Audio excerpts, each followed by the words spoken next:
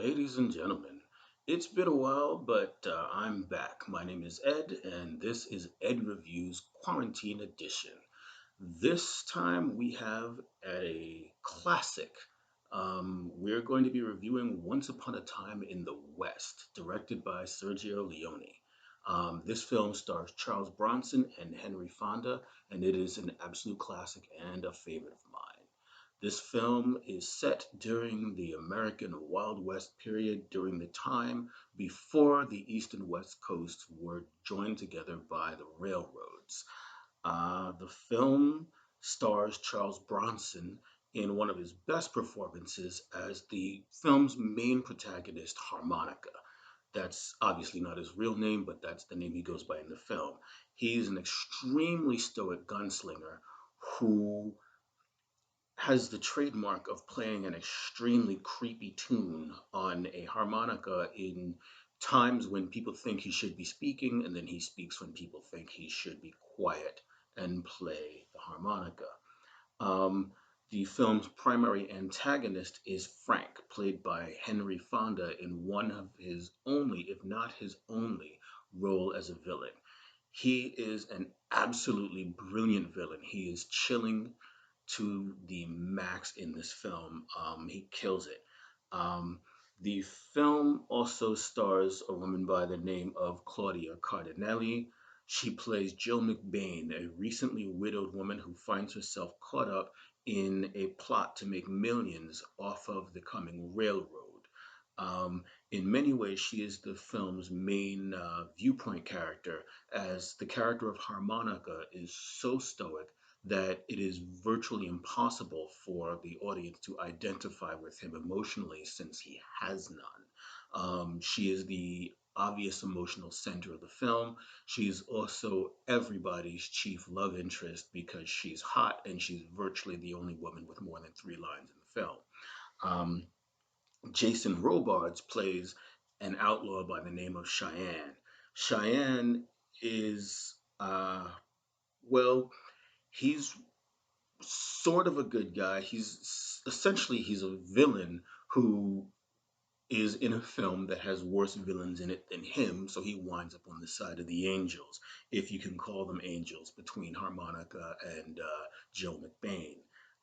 He's basically the much lesser of two evils, with Frank, the Henry Fonda character, being the obvious greater of two evils in this film.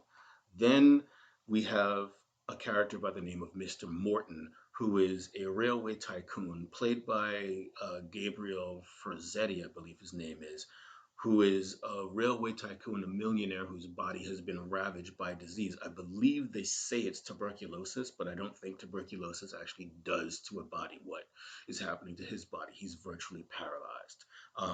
It's, more like what it is that happened to Stephen Hawking than any kind of tuberculosis or whatever. And he's a railway tycoon whose primary desire is to at some point reach the West Coast by rail, as that is essentially the only way he can travel, or the fastest way he can travel. Um, the plot, well, in Act One, the film opens with the absolutely infamous scene of Frank and his gang murdering the entire McBain family, minus Jill, who isn't there yet, um, and framing, incidentally, Cheyenne and his gang for the murders, which is how Cheyenne winds up on the side of the Angels, as he's essentially trying to clear his name. Um, we also learn in Act One that Harmonica is looking for Frank, but Frank clearly doesn't want to be found since he sends a group of outlaws, also dressed as Cheyenne's men, to kill Harmonica when Harmonica shows up in town. Um, we also learn just how deadly Harmonica is with a gun. He's absolutely nasty. Um, in Act Two, we learn most of the way these things are connected: the railway, Mr. Morton, Frank, um, and we see the beginnings of an alliance between Joe McBain, Harmonica, and Cheyenne. And the good guys, such as they are, begin making plans for how they're going to face the villains, even as the villains close in with the intention of wiping everyone out. and getting the land for themselves. I don't want to give too much away about the plot. And this is relatively spoiler free.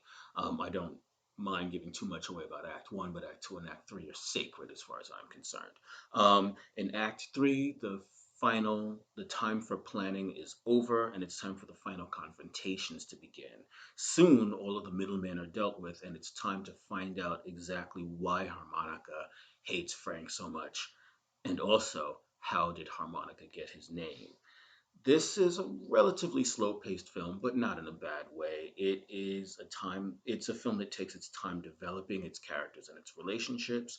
The plot moves along at a steady but unhurried pace, and as always, Sergio Leone's visual style is absolutely superb. Once Upon a Time in the West is a classic. There is some debate as to whether this is the greatest Western of all time or is the greatest Western of all time The Good, the Bad, and the Ugly, which is also directed by Sergio Leone. Usually, The Good, the Bad, and the Ugly wins that debate, but after watching this film again, it's a debate worth having. This is a five-star film all the way. As always, thank you so much for watching. If you enjoyed this review, please consider giving it a like and maybe subscribing to the channel if you enjoy this sort of content, and maybe share this with your friends. Again, thanks for watching. I'm Ed, and this has been Ed Reviews Quarantine Edition. Later.